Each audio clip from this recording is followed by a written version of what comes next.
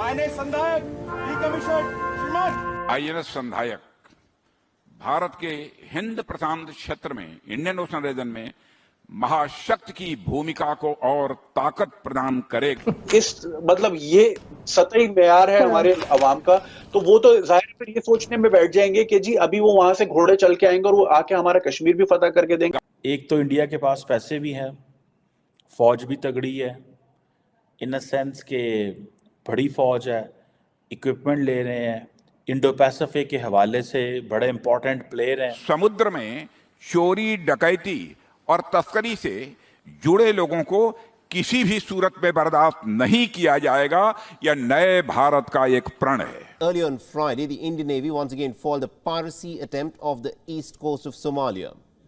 Now, the Indian naval warship INS Sharda successfully rescued about 11 Iranian and 8 Pakistani nationals.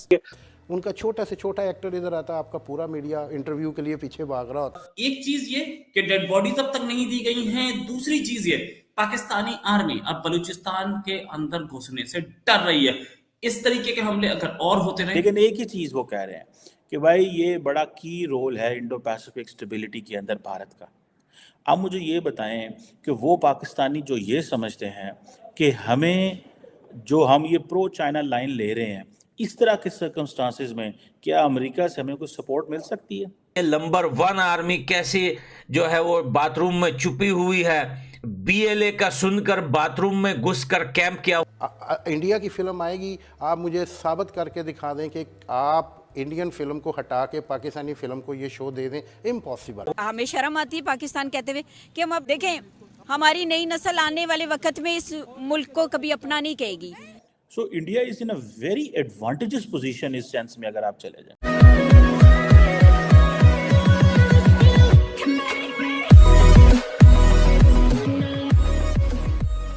नमस्कार दोस्तों, अब यहाँ पर दिक्कत यह है कि इंडिया के पास पैसे बहुत आ रहे हैं और इंडिया जब पैसे आ रहा है तब अच्छे खासे डिफेंस में अलग अलग जगह भी है जहाँ पर इन्वेस्टमेंट हो रहा है, लेकिन डिफेंस के मामले में बहुत ही बढ़िया लेवल का इन्वेस्टमेंट हो रहा है, चाहे वो एयरफोर्स हो, चाहे आर्मी हो या फिर कहे कि नेवी हो। और यहाँ पर खास करके नेवी की बात हो रही है क्योंकि देखिए 1971 वाली जो वॉर थी उसमें भी यही हुआ था। हमने जो पाकिस्तान की जो कराची बंदरगाह है उनका, वहाँ पर 2 अलग अलग टाइप के हमले कर उसका पूरा का पूरा जो ऑयल का जत्था था वो डिस्ट्रॉय कर दिया था। अब वो जो कुछ 3-4 लैंडमार्क थे 1971 की वॉर जो हारा था पाकिस्तान, उसमें ये बहुत बड़े इवेंट्स थे और जिसमें क्या होता है कि मनोबल बहुत टूटता है।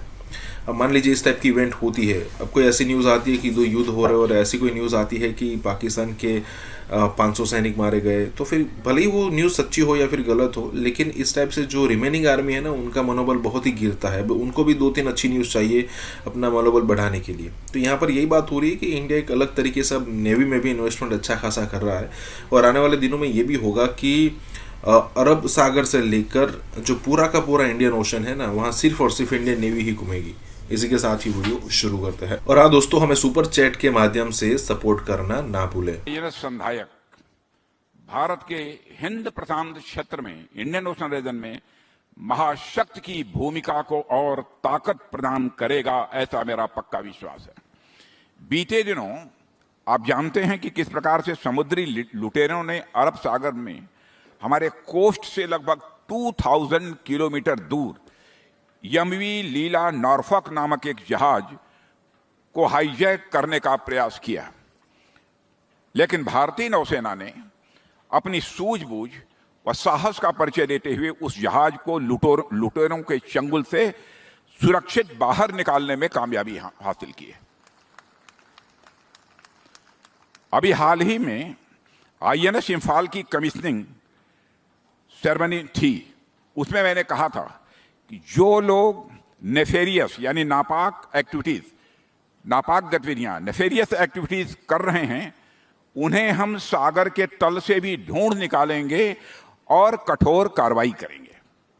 उस बात को आज मैं फिर से दोहराता हूं, समुद्र में चोरी डकैती और तस्करी से जुड़े लोगों को किसी भी सूरत में बर्दाश्त नहीं किया जाएगा। यह नए भारत का एक प्रण है। एक तो इंडिया के पास पैसे भी हैं, फौज भी तगड़ी है, इन अ सेंस के बड़ी फौज है, इक्विपमेंट ले रहे हैं, इंडो पैसिफिक के हवाले से बड़े इम्पोर्टेंट प्लेयर हैं। सारी दुनिया आके इंडियंस को मिलिट्री हार्डवेयर भी दे रही है, टेक्नोलॉजिकल सपोर्ट भी दे रही है। आप सिर्फ इमेजिन करें, जो कल स्टेट डिपार्टमेंट ने एक प्रेस रिलीज जारी की, उसमें अगर आप सिर्फ ये देखें कि किस पैमाने पे जाके अमेरिकन मिलिट्री हार्डवेयर इंडियंस को दे रहे हैं, तो आप बड़े हैरान होंगे। इसलिए तो मैं कहता हूँ कि that will put Pakistan in a very disadvantages position कि ये जो मिलिट्री हार्डवेयर मिलेगा इंडियंस को। सऊदीज़ को भी इस चीज़ की समझ आ गई है, and Saudis are also working and may B they have realise कि दिस आइडिया जो है स्ट्रेटेजिक ऑटोनॉमी का, दैट्स वेरी इंपॉर्टेंट, क्योंकि सऊदीज़ पर्टिकुलरली वेस्टर्न जो मिलिट्री इंडस्ट्रियल कॉम्प्लेक्स है उस पर डिपेंडेंट रहे हैं। वो समझते हैं कि भाई हम कब तक ये डिपेंडेंट रहेंगे, हालात ख़राब हो सकते हैं, सो हमें इन चीज़ों को देखना है।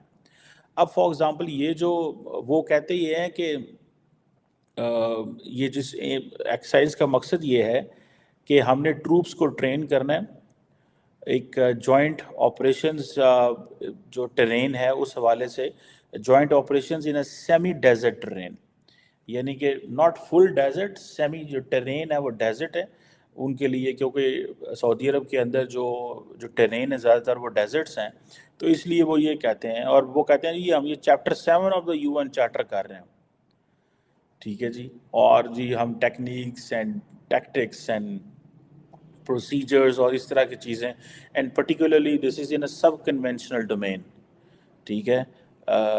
May be they wanted to say it the sub conventional domains means कि शायद मैं इसको अगर पूरी तरह एक्सप्लेन कर पाऊँ कि दैट्स अबाउट सब क्रिटिकल वॉरफेयर, ठीक है।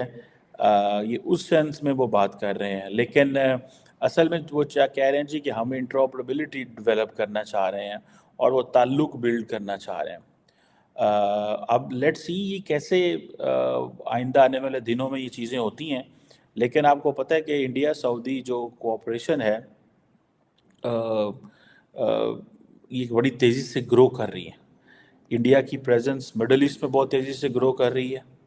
मोहम्मद बिन सलमान आए थे, उन्होंने आके एक लंबी चौड़ी जिसे कहते हैं ना एग्रीमेंट्स भी किए। सऊदीज़ जो हैं वो रेगुलरली इंडिया आ रहे हैं, इंडियन मिलिट्री लीडरशिप वहाँ जा रही है, और यही कहा जा रहा है that the relationship is reaching to the new heights. जिस तरह पाकिस्तान कहता है ना जी कि हम higher than Himalayas and all that, ठीक है, लेकिन असल में ये जो इंडो सऊदी कोऑपरेशन है ये that is not just restricting to this oil energy trade. ये जो India Middle East Europe corridor है उसमें मैंने कल भी आपको बताया था कि the major point which Indians are looking is they are looking energy reservoirs of the Middle Eastern countries. उनको वो कहीं किसी ना किसी तरीके पे इंडिया में लेके आने हैं।